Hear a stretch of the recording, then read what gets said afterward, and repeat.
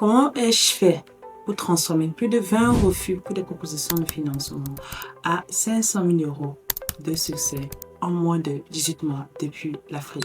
Je te partage les 7 choses que tu peux faire dès aujourd'hui, les 7 petites étapes que tu peux implémenter et qui auront un impact considérable dans ta carrière si tu les suis à la lettre.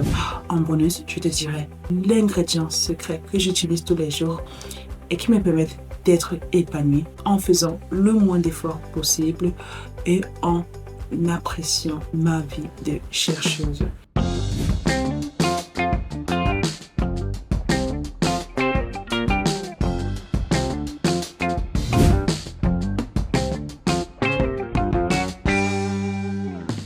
Bienvenue sur Dare to Dream for Africa.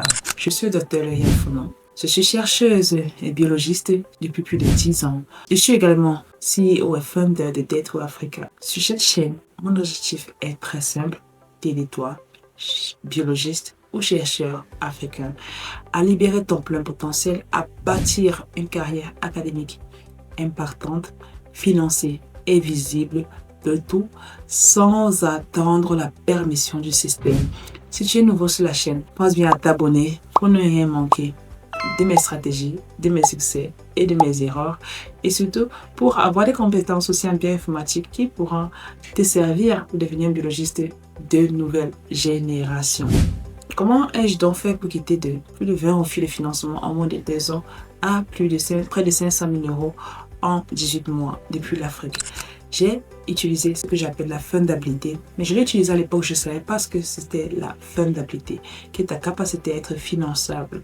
C'est une science où sont les codes de financement qu'un bailleur de fonds et les examinateurs utilisent de manière extrinsèque ou intrinsèque pour te donner plus de chances de gagner le financement. Je veux te donner les étapes que j'ai en fait suivies pour réussir à gagner des financements sans toutefois avoir cette finançabilité dans ma vie, que ce soit pour la science, que ce soit pour la faisabilité, que ce soit pour le titre ou la sample size. J'ai eu tout motif de refus avant de gagner mon premier projet depuis l'Afrique. Et donc, la première des choses que j'ai fait quand j'ai réalisé que j'échouais beaucoup, puisque j'ai postulé également beaucoup, c'était de demander de l'aide. Ça, c'est la toute première des choses à savoir. Tu ne peux pas être en train de échouer et tu décides que personne c'est ton sort en fait. Tu décides que c'est ton sort et peu importe si tu échoues, tu n'as pas besoin de regard externe pour t'aider à analyser tes échecs. Parce qu'en réalité, lorsque tu échoues, ça veut dire qu'il y a quelque chose que tu ne fais pas assez bien ou pas assez de manière optimale. C'est juste, généralement, c'est un ajustement marginal, mais vraiment marginal, infime, qui fait la différence. Je l'ai compris parce que quand aujourd'hui j'évalue des financements, j'ai vu des projets qui ont été éliminés pour 0,5. C'est pas qu'ils étaient mauvais, ils étaient extrêmement bons. Mais par rapport à la compétition, on a retire juste 0,5 et c'est suffisant pour t'éliminer. Donc, demander de l'aide permet d'avoir un regard externe. Ça peut être des mentors, des gens qui te côtoient tous les jours, d'un niveau un peu supérieur, qui ont déjà gagné des financements. Ça peut être des proches, ça peut être des professeurs, ça peut être même des chercheurs déjà avertis qui ont déjà eu à faire ce que tu voulais faire, donc ce qu'on appelle couramment des rôles modèles. Donc, ça peut être ces gens-là qui puissent venir lire ton application et te dire, OK, ce que tu as fait ici, c'est bien, mais voici comment tu dois peut-être appréhender la chose ou tel appel d'offres. Lorsque tu le fais en général, il y a une augmentation des chances de succès. Donc oui, demande de l'aide dès aujourd'hui. Si tu n'as pas de mentor, si tu n'as personne, tu vas devoir payer des services. Tu vas devoir t'offrir des services et des structures qui font des révisions qui peuvent te coacher pour t'aider à le faire, comme par exemple Dare to Africa. Si tu sais de quoi ce que nous on fait, tu peux déjà nous contacter si tu as besoin d'aide. Mais après, si tu as des mentors, c'est plus facile de demander avec des mentors ou des collaborateurs qui ont déjà gagné des financements. Donc, cela remet les choses, demander de l'aide. Deuxièmement, suis ta mission. C'est ce que j'ai eu à faire. Tous les projets que j'ai échoué, vraiment, je postulais dans mon domaine de prédilection dans lequel j'étais censé faire carrière. Food safety, j'ai eu plus de 12 articles en food safety durant ma thèse. Naturellement, quand tu as plus de 12 articles et que tu as fait une thèse dans un domaine, tu es considéré comme l'expert de ce domaine-là. J'ai fait tous les appels à financement dans cette terre-là en pensant que c'était ma mission. Sauf qu'apparemment, ce n'était pas vraiment ma mission. Il aurait fallu que je réalise qu'en fait ma mission c'était de m'occuper, de résoudre ce problème de mortalité néonatale que moi j'observais tous les jours et que je me disais je n'étais pas légitime pour aller résoudre.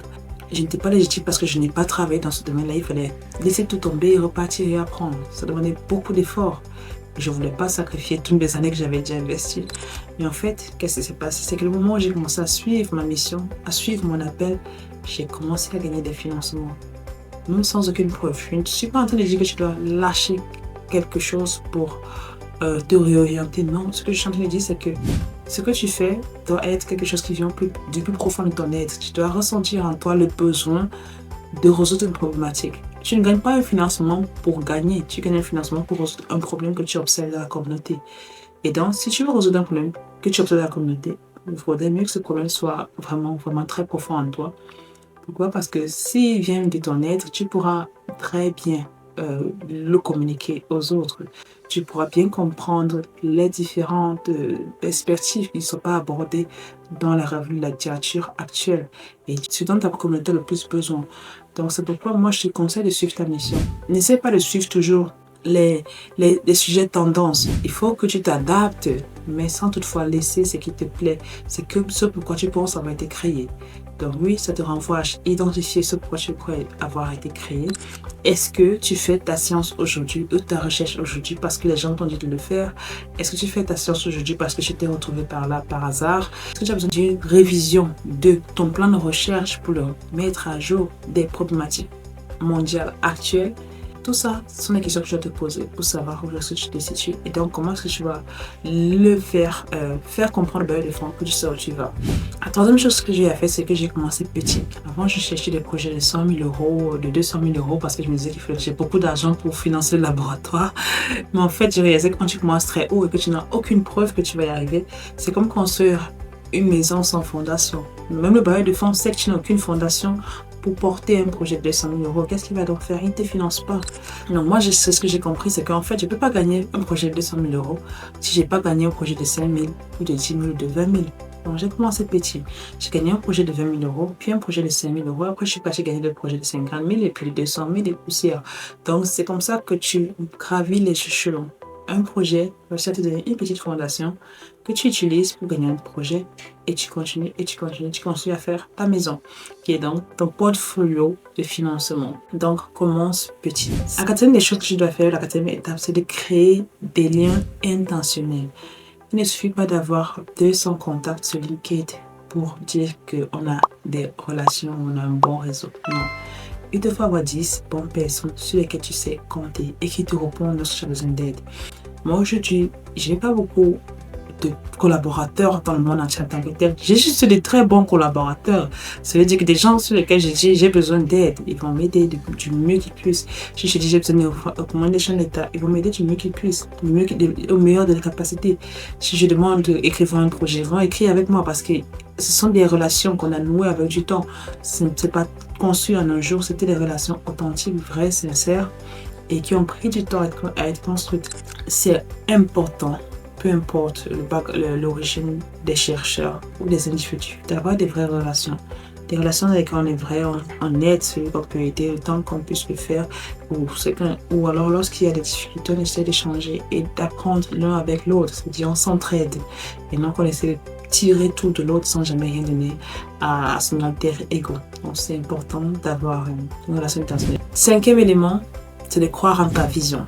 Si tu ne te fais pas confiance, pourquoi est-ce que le monde te ferait confiance? Tu dois croire en ta vision plus que tout le monde, même si personne n'y croit.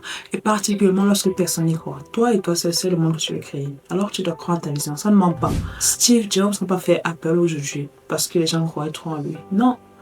Parce que justement, personne ne croyait en lui et qu'il a persévéré. Pareil pour Bill Gates, pareil pour Mark Zuckerberg, pareil pour Marie Curie. Donc si tu veux devenir quelqu'un demain, si tu veux construire un monde meilleur pour les autres, crois en ta vision. Même si personne ne croit en toi, et particulièrement lorsque personne ne croit en toi. Le sixième élément, là c'est quelque chose que j'ai appris à mes dépens parce que j'ai eu à faire des malaises, parce que j'ai postulé à tous les projets qui passaient devant moi et donc j'ai collapsé à la maison. Parce que oui, postuler à des appels d'offres tout le temps, c'est épuisant, c'est exténuant. Donc, le sixième élément, c'est de filtrer les appels d'offres. Ne postule plus jamais à tous les appels d'offres que tu vois, je t'en supplie. Il y a des appels d'offres qui ne sont pas faits pour toi. Il faudra que tu les acceptes. Si tu postules à tous les appels d'offres que tu vois, eh ben, tu cours le risque de finir en dépression, en burn-out. Donc, moi je te conseille de choisir les bailleurs de fonds qui sont le plus alignés avec ce que toi tu veux résoudre comme problème, avec la problématique que tu essaies de résoudre comme problème et de les cibler et de pocher à leurs appels d'offres. Il peut y avoir quelques exceptions, en particulier lorsqu'il y a des collaborations, il y a des co-investigateurs et lorsque l'effort principal ne dépend pas de toi, ça peut passer. Mais si l'effort principal dépend de toi et que tu postules, tu te retrouves en train de postuler de 10 projets l'année, c'est beaucoup trop. 5, 4, parfois 7 maximum, mais après 7, 8, ça devient risqué pour ta santé. Pour la même année, c'est beaucoup trop risqué. Donc moi, c'est ce que j'ai appris à mes dépens. Filtre tes appels, mets toute ton énergie où tu as le plus de chances de gagner parce que tu es déjà aligné avec le bailleur de fonds. Lorsque tu fais ça, en général, tes chances de succès augmentent. Et 7e élément, sois bienveillant envers toi-même. Pourquoi? Parce que l'échec fait partie de la vie des chercheurs, des scientifiques. On fait des expériences au laboratoire, on échoue des tonnes de fois avant d'avoir des succès. Pareil, lorsqu'on cherche des financements, on échoue des tonnes de fois avant des succès. Il faut que tu sois bienveillant avec toi-même. Ça prend du temps de gagner des financements parfois.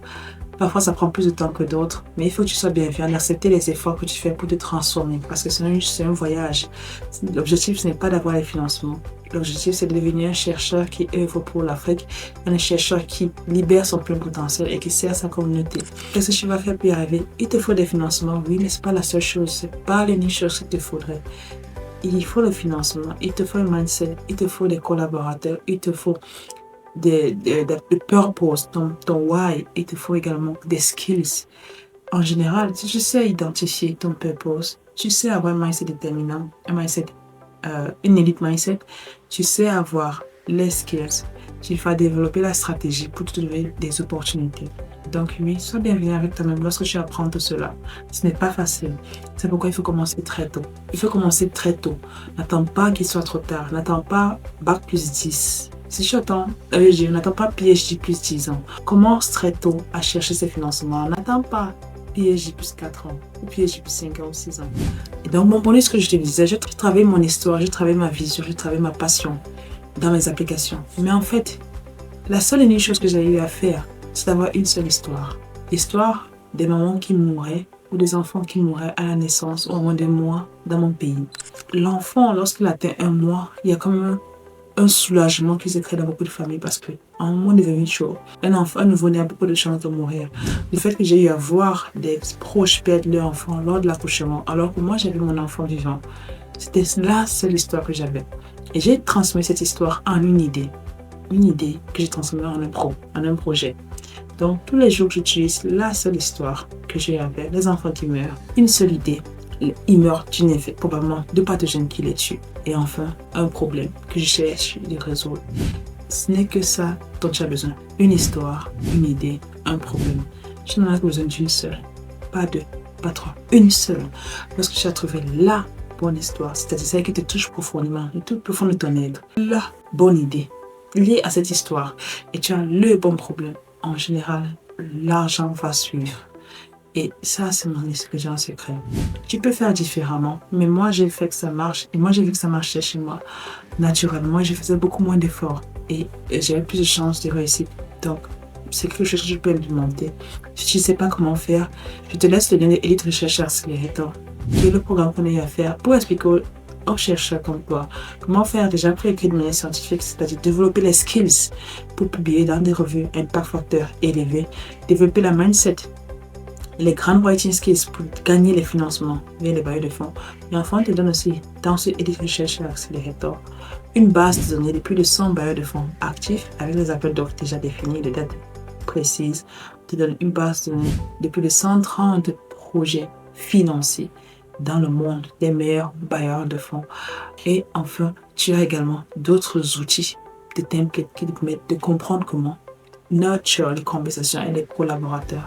Parce que beaucoup de chercheurs m'ont dit ouais, tout ça c'est bien ce que tu me dis, mais en fait, on n'a pas de collaborateurs. Et ben dans le Elite Recherche Accelerator, on te donne des scripts pour te permettre de communiquer avec les collaborateurs, pour te dire comment écrire des messages à ces collaborateurs-là. Si la vidéo t'a apporté de la valeur, est-ce que tu veux bien nous aider à propulser ce message vers d'autres chercheurs comme toi qui ont besoin d'écouter cette information mais ne peuvent pas nous voir Pourquoi? Parce que nous sommes encore trop petits et l'algorithme de YouTube n'est pas capable de nous mettre en relation avec ces autres chercheurs lorsque tu ne likes pas la vidéo ou lorsque tu ne commandes pas la vidéo. Donc si tu likes la vidéo, ou si tu la commentes, ou si tu la partages, nous t'en serons infiniment reconnaissants et nous ferons davantage d'efforts pour te donner de meilleurs sujets qui te permettront de devenir le scientifique, le biologiste dont l'Afrique a besoin. Comme je dis toujours, ose rêver pour l'Afrique. Bye bye.